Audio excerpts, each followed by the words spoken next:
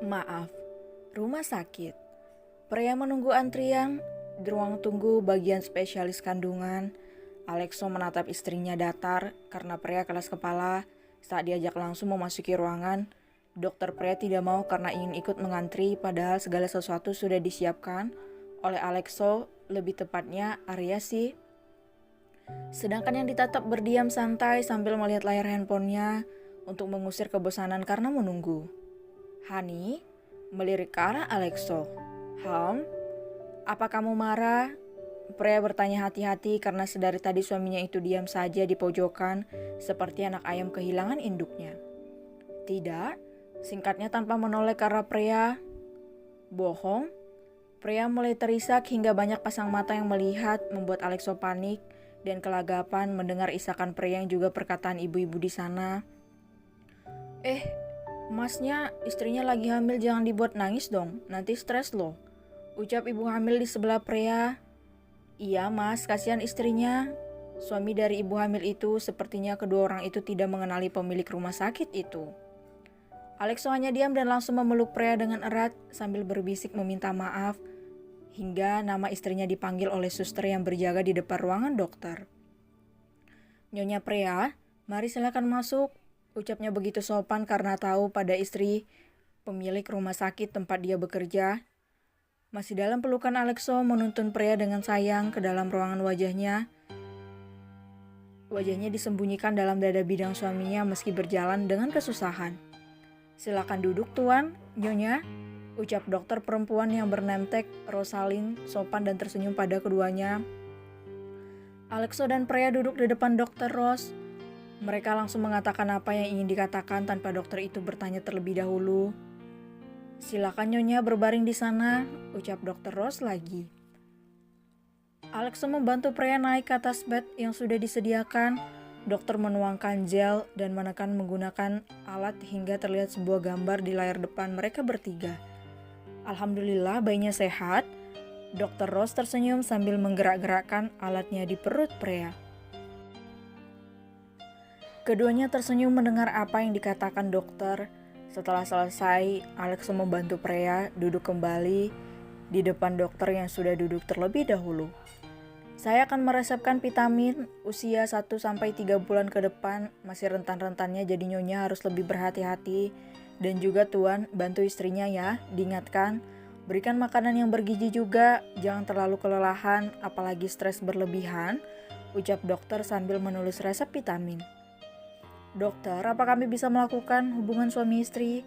Tanya Alexo tanpa malu sedangkan pria pipinya sudah sangat memerah mendengar langsung pertanyaan suaminya.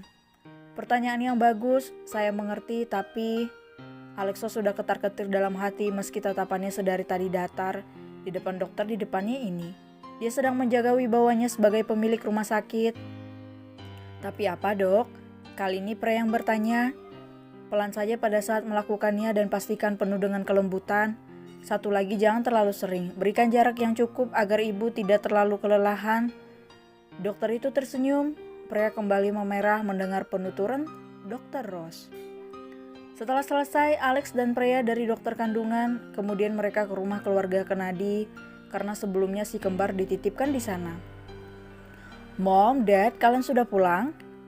Iya sayang. Pratama datang keluar dari ruangan kerjanya. Ayah, pria berhambur memeluk Pratama, membuat Alex sedikit melotot dan si kembar cekikikan melihat dedinya cemburu. Putri kesayangan ayah, bagaimana hasilnya? Tanya Pratama setelah melepas pelukannya. Beralih Alex menarik pinggang pria dengan posesif dan membawanya duduk di sofa. Calon cucu ayah yang di sini sangat sehat. Dengan tersenyum, pria mengelus perutnya pelan. Ayah, berhenti memeluk istriku, ucap Alex posesif setelah duduk di sofa. Dad, Mommy kan anaknya kakek, harusnya tidak apa kalau hanya berpelukan, goda Alexa dengan nada polosnya. Tetap saja, Kakek kalian seorang laki-laki, bibir Alex mengerucut sebal karena digoda oleh putrinya sendiri. Bagaimana denganku, Dad? Apa juga tidak boleh memeluk Mommy? Ucap Alex pada sang Dedi hingga Alexo diam membeku, tidak bisa membantah takut sang istri marah. Hani, jangan seperti itu. Gumam pria pelan dengan sedikit mengulum senyum yang tak terlihat yang masih bisa didengar oleh Pratama. Alexo cuek bebek tak menghiraukan ucapan pria. Pria, sudahlah, tidak apa, ayah mengerti. Pratama tersenyum senang melihat kehidupan putrinya sekarang bahagia bersama keluarga kecil. Alexo sudah membuktikan dirinya bahwa dia mampu membuat putrinya bahagia. Tapi ayah, ucap pria terpotong oleh gelengan Pratama agar anaknya diam. Kalian menginaplah di sini, kamar kalian sudah disiapkan, ucap Pratama lagi. Baik ayah, malam ini pria ingin tidur dengan ayah seperti dulu. Dengan tersenyum lembut karena ayahnya, sedangkan Alexo seakan nyawanya melayang, Alexo langsung memelototkan matanya, kali ini lebih tajam pada saat menatap sang istri.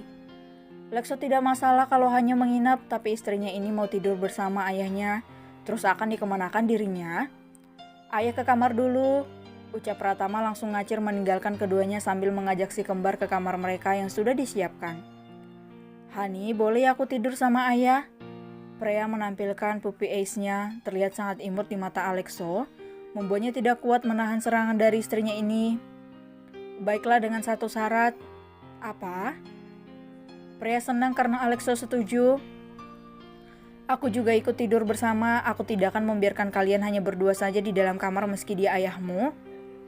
Cih, bagaimana aku bisa mengobrol empat mata dengan ayah? Batin pria sebal karena sekarang dia memiliki misi.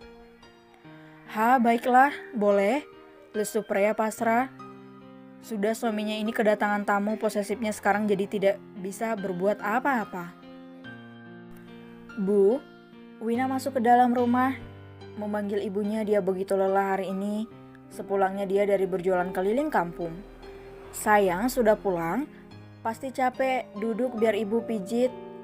Weni menepuk sofa di sampingnya karena memang capek. Wina menurutnya dirinya merebahkan kepalanya di pangkuan sang ibu. Weni mulai memijat pelan kepala Wina, mengusapnya dengan lembut. Tanpa disadari, Wina sedari tadi langsung tertidur di pangkuan Weni, sang ibu dengan lelap. Weni merasa sangat sedih dengan kehidupannya sekarang. Dia sudah tidak mampu untuk membahagiakan putrinya. Air mata kembali mengalir dari sudut matanya yang sudah mulai berkerut itu. Maafkan ibu, hanya satu kata itu yang selalu keluar dari mulut Weni. Dia ingin meminta maaf tapi rasa malu terlalu bersemayam dalam dirinya. Nyalinya menciut, akankah suaminya dan anak sambungnya mau memaafkannya dan juga almarhum sahabatnya. Penyesalan tiada akhir. Rasa bersalah selalu terngiang-ngiang di ingatannya. Mungkin akan dia bawa selamanya sampai nyawanya habis, bukan ke surga, tapi mungkin ke neraka. Tanpa Weni sadari ada seseorang yang melihat itu semua dari celah pintu, yang sedikit terbuka, namun setelahnya orang itu pergi. Lindungi mereka, titah Pratama. Baik bos, jawab anak buahnya.